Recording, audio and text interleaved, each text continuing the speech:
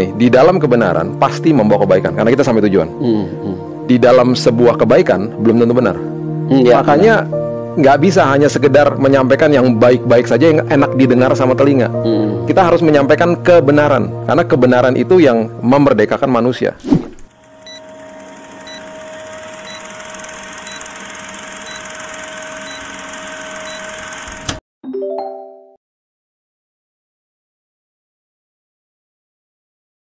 Dalam hidup ini kan kita ada satu cerita, ada masa lalu, masa sekarang, masa yang akan datang gitu. Biar bisa cerita tentang pengalaman hidup secara personal, experience kamu dengan Tuhan.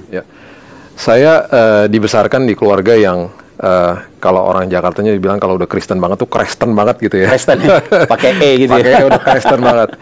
Karena mereka ini yang sekitar tahun 67 mendirikan yayasan yang namanya Immanuel. Jadi kami bergerak di dalam bidang toko buku, penerbitan dan lain sebagainya. Jadi saya besar di kalangan lingkungan Kristen. Betul, sangat Kristen sekali dan orang tua yang punya jejaring dengan banyak sekali hamba Tuhan pada saat itu. Jadi saya hidup di dalam kehidupan Kristen itu yang sangat agamawi. Dan saya berpikir bahwa ke gereja, terus kemudian waktu itu ya sekolah minggu, terus kemudian youth dan lain sebagainya, itu sudah cukup bagi saya. Saya tidak mengerti sampai tahun 98 saya terima Yesus sebagai juru selamat saya itu secara pribadi. Dan mengerti di situ bahwa kekristenan itu bukan sekedar agama. Yesus tidak pernah malahan menciptakan agama. Dia datang membawa sebuah hubungan yang luar biasa. Agama Kristen kita tidak menjadi jaminan kita masuk surga, tapi hubungan kita dengan Dia yang menjadi jaminan utama. Di situ saya sadar, di situ saya bertobat total, tepatnya tanggal 14 Agustus tahun 98. Dan di situ mulai hidup saya betul-betul bergerak di dalam sesuatu kebenaran yang terus saya cari sampai hari ini. Maksudnya bukan sekedar cari, tapi terus gali, dan ketika temu yang satu, terus gali karena tidak akan ada habisnya. Gitu. Ada bagian yang saya bisa tangkap ya, Bill. Satu, memahami bahwa Kristen bukan bicara tentang agamawi, tapi Kristen bicara tentang relationship. Betul. Kalau kita sudah ditas oleh Tuhan lewat sebuah pengalaman pribadi, kita tidak akan pernah lupa ada momen disebut dengan first love ya bro. Ini turning point, reborn, bahasa apapun itu, dan itu tidak akan bisa kita lupakan. Dan kemudian ada satu titik balik di mana tanggal 14 Agustus 1998, itu adalah bagian disebut dengan new life. Nah, bisa ceritakan sedikit Bill, pengalaman itu? Yang saya temukan Yesus pada hari itu ya, tepatnya hari itu, saya melihat sebuah sosok yang dari kacamata yang berbeda. Sebuah sosok yang betul-betul bagi saya adalah sebuah pengalaman hidup yang tidak pernah akan saya lupakan seumur hidup. Saya menemukan sebuah kebenaran. Makanya ayat ini menjadi ayat favorit saya, dan bagi saya ini adalah core atau inti daripada kehidupan kekristenan. Karena kalau tanpa kebenaran kita tidak berpijak di atasnya, kita tidak akan menjadi orang yang merdeka. Makanya dikatakan the truth that sets you free, kebenaran yang memerdekakan kita. Dari situ, dari pengalaman itu, saya mulai terus keras sama diri saya sendiri. Karena bagi saya, bagaimana saya hidup konsisten adalah begini. Di dalam semua kasih mula-mula, itu selalu ada 3 unsur yang saya percaya. Di dalam itu ada intensitas, ada kualitas, dan ada prioritas. Kita jatuh cinta sama siapa aja, 3 hal ini menjadi motor kita untuk melakukan segala-galanya untuk dia. Saya masih ingat waktu masih pacaran sama sekarang menjadi istri saya, sesibuk-sibuknya juga tetap bisa datangin dia dan jemput dia. Dan saya nggak pernah lupa dia bilang begini, kamu kan sibuk, kok bisa sih datang untuk jemput saya dan masih ada waktu buat saya? Karena ya itu, intensitas, prioritas, dan kualitas. Nah, biasanya kalau kita tidak mengerti tentang yang tadi disebutkan kasih mula-mula dan lain sebagainya, kita akan mempunyai pengalaman itu hanya mungkin 6 bulan, 8 bulan, 1 tahun. Setelah itu selesai. Kita nggak akan alami lagi kasih mula-mula. Padahal kasih mula-mula itu adalah sebuah motor atau gerakan dalam hidup ini yang luar biasa hebatnya. Kita bisa lakukan semuanya lah untuk Tuhan dalam hal itu. Nah, untuk kita menjadi orang-orang yang konsisten, kita harus jaga 3 hal itu. Intensitas, prioritas, dan kualitas. Liku-liku dalam pelayanan bagaimana? Liku-liku dalam pelayanan itu selama ini saya terus ingatkan diri saya, jangan itu menjadi sebuah rutinitas. Karena gampang sekali terjebak kita-kita ini yang mungkin schedule-nya udah penuh gitu ya, dipanggil kemana-kemana, menjadi hal yang rutinitas. Dan mimbar itu bagi saya bisa menjadi sebuah tempat yang sangat kudus, bisa juga menjadi tempat yang membuat kita jatuh dalam dosa. Jadi ketika saya mengajar dan kemudian memberitakan firman, saya terus tekankan kepada diri saya bahwa saya ini alat, saya ini hanya sekedar median saja, dan saya punya tanggung jawab untuk memberitakan kebenaran, bukan sekedar kebaikan, tapi kebenaran kepada yang mendengar. Karena saya punya tanggung jawab kepada Tuhan. Makanya kenapa saya katakan mimbar itu bisa menjadi kudus, bisa juga menjadi batu sandungan bagi saya sendiri malahan.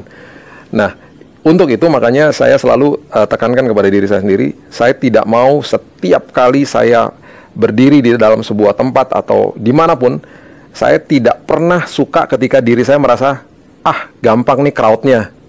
Saya lebih suka kalau saya terus nervous, karena kalau saya nervous, saya kayak ada rasa gelisah dan lain sebagainya, saya tahu bahwa saya nggak mampu. Ya.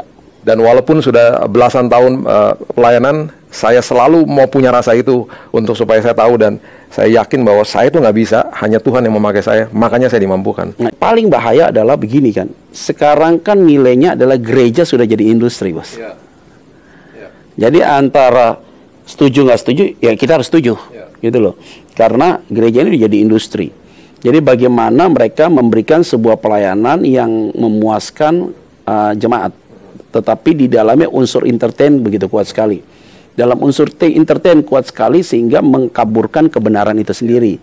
Sehingga banyak sekali para hamba-hamba Tuhan yang diundang, saya tidak menjudging terlalu dini, tetapi memang kenyataannya banyak hamba-hamba Tuhan yang berbicara lebih kepada nuansa motivator dan mengabaikan kebenaran firman Tuhan. Setuju nggak statement? Setuju. Karena gini, kita ambil contoh lah ya. Contohnya gini lah. Kalau kita mau dari Jakarta pergi ke Surabaya, jalan yang benar. Kalau mau Jakarta ke Surabaya itu jalan yang benar ke timur atau ke barat? Ke timur dong, iya kan? Kalau kita bilang begini, saya nggak mau ke arah timur karena jalan kalau ke timur itu, misalnya saya bilang nggak baik karena jalan kalau lewat darat itu lobang-lobang, kalau lewat udara suka banyak turbulence misalnya. Saya mau ke barat aja deh, karena jalannya nggak baik kalau ke sana. Sampai kapanpun kita nggak sampai tujuan. Betul, kita sampai ke Medan. Iya, benar. Tapi ketika kita punya prinsip begini, walaupun jalannya tidak baik, tapi jalan yang benar itu adalah ke timur. Sampai tujuan nggak? Sampai dong. Sampai. Ya. Nah, prinsipnya gini, di dalam kebenaran pasti membawa kebaikan, karena kita sampai tujuan. Di dalam sebuah kebaikan belum tentu benar. Makanya nggak bisa hanya sekedar menyampaikan yang baik-baik saja yang enak didengar sama telinga. Kita harus menyampaikan kebenaran, karena kebenaran itu yang memerdekakan manusia. Akhirnya kan begitu. Benar. Bagaimana sih sistem kerajaan surga? Kita kan bisa bahas itu, bisa, konteksnya luas sekali. Bagaimana saya hidup dalam kerajaan surga? Bagaimana identitas hidup saya? Bagaimana ketika saya menghadapi hidup ini? Kesengsaraan itu udah pasti ada dalam hidup ini. Dan orang suka, contoh aja lah ya, misalnya Roma 5 ayat 2 tuh ya. Dibilang kesengsaraan, terus ujung-ujungnya ada pengharapan yang tidak mengecewakan. Tapi kan sebenarnya di tengah-tengahnya kan ada ketekunan dan tahan uji. Ketekunan dan tahan, ketekunan dan tahan uji kan apa? Yang berubah siapa saya? Bukan masalahnya loh. Seringkali kita berdoa supaya masalahnya pergi. Tapi seringkali kita lupa bahwa Tuhan di dalam saya menghadapi masalah, rubahkan bukan masalahnya, rubahin saya dong Tuhan gitu. Benar. Ketika saya berubah, ketika saya tekun dan tahan uji, apapun yang terjadi, ya udah tuh kehendak Tuhan aja. Makanya dikatakan pengharapan yang tidak mengecewakan. Tapi seringkali disalahartikan begini. Pengharapan tidak mengecewakan berarti pasalnya pasti pergi, pasti kamu sembuh. Kita kan punya paradigma yang sangat kotak-kotak, yang sangat kecil di dalam otak kita ini. Kita beranggapan bahwa kalau misalnya contoh orang sembuh itu berarti harus pulang dari rumah sakit. Bagaimana kalau definisi Tuhan orang sembuh bahwa dia akan dipanggil pulang, digantikan dengan tubuh yang baru? Kita kan sempit pikiran kita. Kita mengatakan bahwa berkat itu adalah harta. Jadi kita pikir orang yang berkelimpahan dengan harta, dia diberkati. Kita lupa bahwa orang yang hidupnya biasa-biasa saja secara harta, tapi penuh dengan damai sejahtera dan sukacita. Itu juga berkat. Kalau bicara tentang kebenaran yang sebenarnya yang Yesus ajarkan, itu sangat simpel banget. Tetapi selalu dielaborasi dengan bahasa argumentasi sepihak. Yaitu orang bilang, udah tenang ya, lo ikut Tuhan, lo kok sakit pasti sembuh, kok miskin jadi kaya. Tetapi Yesus mengajarkan tidak seperti itu. Dia bilang, lo mau ikut gua? Oke. Sangkal diri pikul salib. Kalau mau ikut saya kasih tahu, burung punya sarang, binatang punya kandang. Tapi anak manusia tidak punya tempat untuk meletakkan kepala. Jadi kebenaran sejati itu tidak bisa dilihat berdasarkan kebenaran yang dipahami oleh kepala manusia untuk lihat hal teknis. Tapi kebenaran Allah yang ilahi itu dilihat berdasarkan adalah cara pandang Allah melihat kita. Nah, sering sekali kita melihat Tuhan dengan cara pandang kita.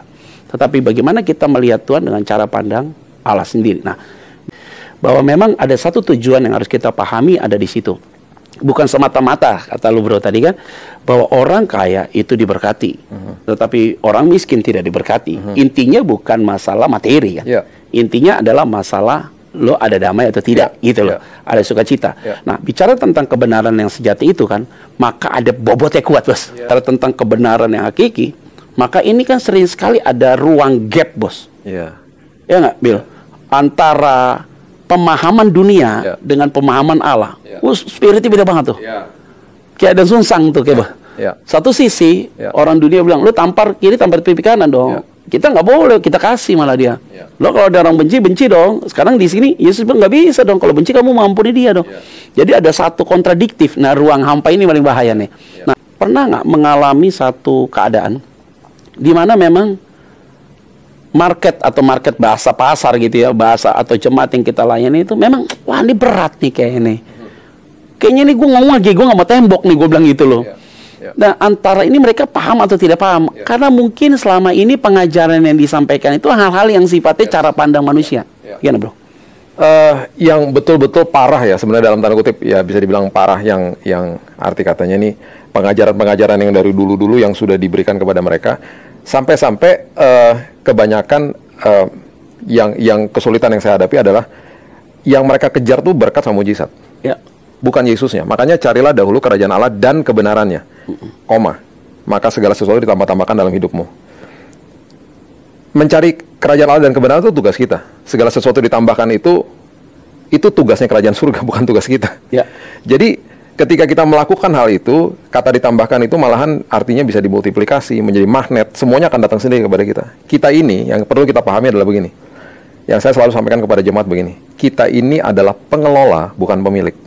Harta, jabatan, status, apapun yang melekat sama kita, itu bukan punya kita. Mazmur 24 ayat yang pertama mengatakan, apapun yang ada di bawah langit adalah milik kerajaan surga, milik Tuhan, milik the property of heaven.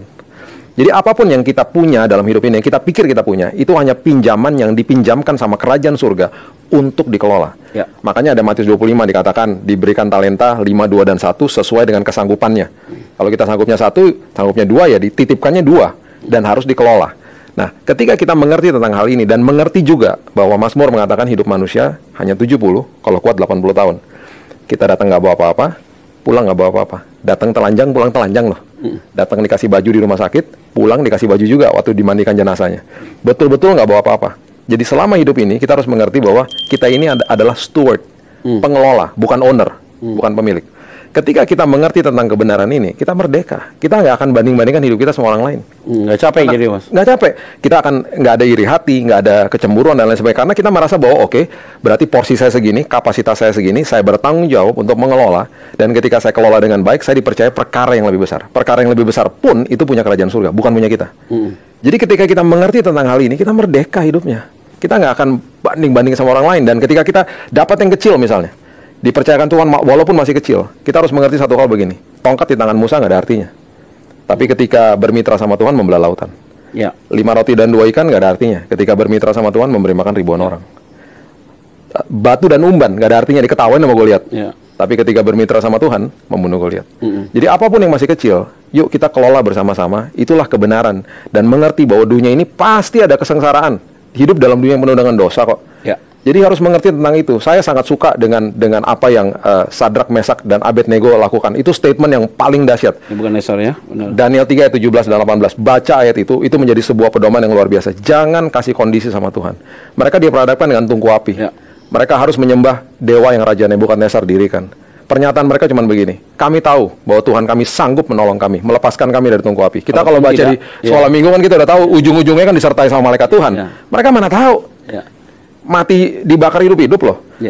Tapi pernyataan mereka yang luar biasa, mereka katakan begini.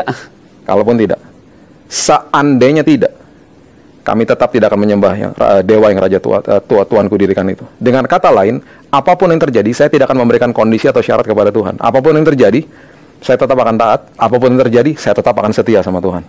Karena kedaulatan Tuhan adalah kedaulatan Tuhan. Rencana Tuhan bukan rencana saya. Jalan Tuhan bukan jalan saya. Apapun yang dia lakukan pasti ujungnya terbaik bagi saya. Nah, ini dahsyat kan jadinya. Ya, jadi kuat sekali kan. Jadi mengerti kebenaran itu menjadi satu bukti dari setiap pengalaman-pengalaman.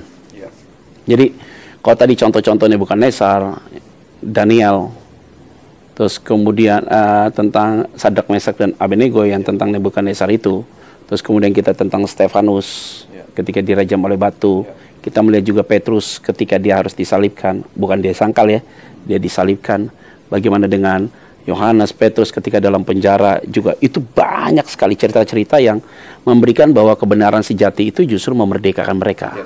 Bahkan Paulus juga memberikan satu tulisan-tulisan yang sangat menarik, sehingga dia hampir menguasai tulisan-tulisan dalam perjanjian baru. Sehingga dalam tulisan-tulisan dia dalam penjara, kepada jemaat di Filipi, Efesus, bersukacitalah senantiasa, karena mengerti kebenaran yang sejati. Kebenaran sejati itu tidak bisa dimention bahwa saya mengerti kebenaran, tidak bisa. Tapi itu akan terlihat di dalam setiap kehidupan kita. Ketika kita sedang ada dalam satu fase, bisa dikatakan padang gurun kah? Dalam masalah yang turbulence dalam hidup ini, atau kita mungkin ada dalam jurang yang sangat maut, tetapi kita ada yakin bahwa dalam peristiwa itu kita menjadi berbeda dengan orang lain. Nah, itulah kebenaran sejati yang membuat kita semakin hari semakin bertumbuh dan makin kuat. Mungkin kamu bisa simpulkan sama atau mungkin berbeda. Ketika mimbar itu bicara tentang pengajaran, justru jemaatnya dikit sekarang, bro. Tapi ketika mimbar itu menyampaikan tentang kebenaran-kebenaran yang sifatnya semu, yang tidak berorientasi kepada kebenaran firman, justru jemaatnya ramai. Nah, ada orang yang tanya sama saya, kalau begitu Pak Pendeta, apa yang Bapak... Ya, saya bilang, jemaat ramai belum tentu Tuhan yang datangkan. Bisa jadi setan yang datangkan. Loh, kok bisa begitu? Iya, karena setan paling senang melihat kalau gereja ini satu visi sama dia, maka dia akan datangkan audiens datang ke situ. Dan audiensnya ini adalah yang members dia juga, yang dia bisa datang sama kita. Maka sering sekali ketika kita di mimbar yang jemaat begitu ramai dan luar biasa, ada pertentangan spirit yang luar biasa. Secara fisik enggak, tapi secara spirit kita akan rasakan di mimbar tuh, kayaknya ada something nih. Berat sekali nih. Nah, ketika kita ada pelayanan, kadang sering sekali orang begini, Pak, lu pelayanan tempat ini deh, Pak. Jemaatnya sih juga nggak banyak-banyak banget gitu loh. Biasa-biasa, tapi lu lihat atmosfernya dapat gitu loh. Kenapa maksudnya? Kayak ketika kita bicara, kita nyampe gitu loh. Nah, ini kadang-kadang nih, tapi jangan juga kita membuat satu patron ya.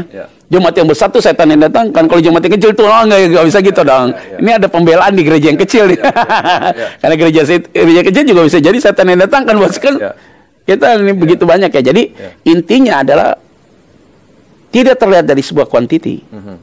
Tapi kualitas itu akan menghasilkan kuantiti, saya setuju. Tapi kebenaran sejati tidak bisa diukur. Benar nggak, bro? Kita juga perlu pahami begini. Di dalam sebuah kehadiran, belum tentu menghasilkan sebuah hadirat. Jadi Tuhan bisa hadir di tempat itu. Tapi ketika orangnya itu mengejarnya, seperti saya katakan tadi ya, kejarnya berkat, mujizat, nggak cari Yesusnya gitu. Dia nggak akan rasakan hadirat Tuhan.